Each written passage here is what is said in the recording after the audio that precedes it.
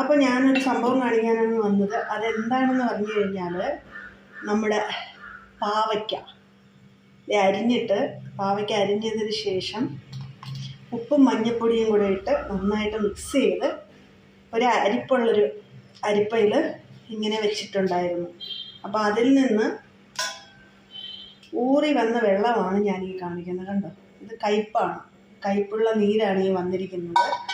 ഇത് കുടിക്കുന്നവർക്ക് കുടിക്കാം കേട്ടോ. പക്ഷേ ഒരു സംഭവം എന്ന് പറയുന്നത് ഭയങ്കര കയ്പാണ്. ഇതാരും കുടിക്കില്ല. കുടിക്കുന്നവർക്ക് കുടിക്കാം, മനസ്സിന് അത്രയും കട്ടിയുള്ളവർക്ക് കുടിക്കാം. ശരീരത്തിന് നല്ലതാണ് പാവയ്ക്ക നീരിൻ്റെ കയ്പ്. പിന്നെ മഞ്ഞൾപ്പൊടി, ഇത് കെമിക്കലൊന്നുമില്ല, ഉപ്പ്, ഇത് ഇത്രയും കൂടെ ഉള്ളു. അപ്പോൾ ഇത് നല്ലത് തന്നെയാണ്, കുഴപ്പമൊന്നുമില്ല.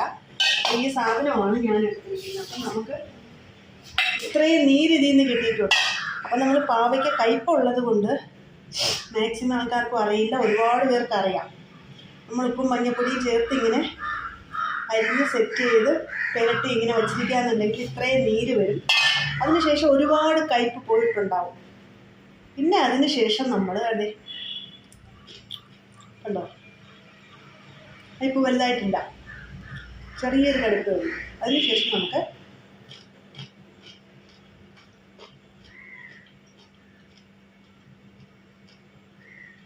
ഒരു എക്സ്പ്രഷനും ഇല്ലാതെ ഞാൻ കഴിച്ചിട്ടില്ല അങ്ങനല്ല. അപ്പോൾ ഈ സാധനം നമുക്കിനി ഫ്രൈ ചെയ്യാം, വറുത്തരച്ച് തീയൽ വെക്കാം, മെഴുക്കുവരട്ടി ഉണ്ടാക്കാം, പലതും ചെയ്യാം. പിന്നെ നമുക്കിതിനെ വേണമെങ്കിൽ ഉണക്കാനും വെക്കാം.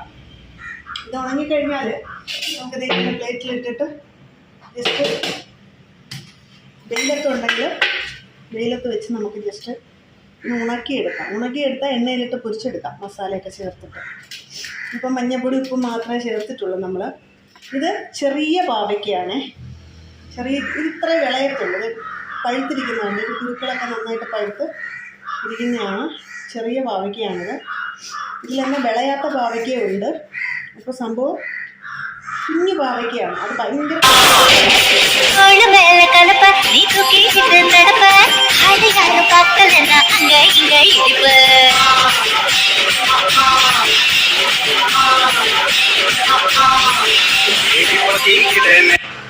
അപ്പോൾ ഇതിനെ വെയിലത്ത് വെച്ച് നമുക്ക് ഉണക്കിയെടുക്കാം, ഫ്രൈ ചെയ്യാം, വറക്കിയെടുക്കാം, എല്ലാം ചെയ്യാം. നമുക്ക് എന്താണോ ഇഷ്ടം അത്.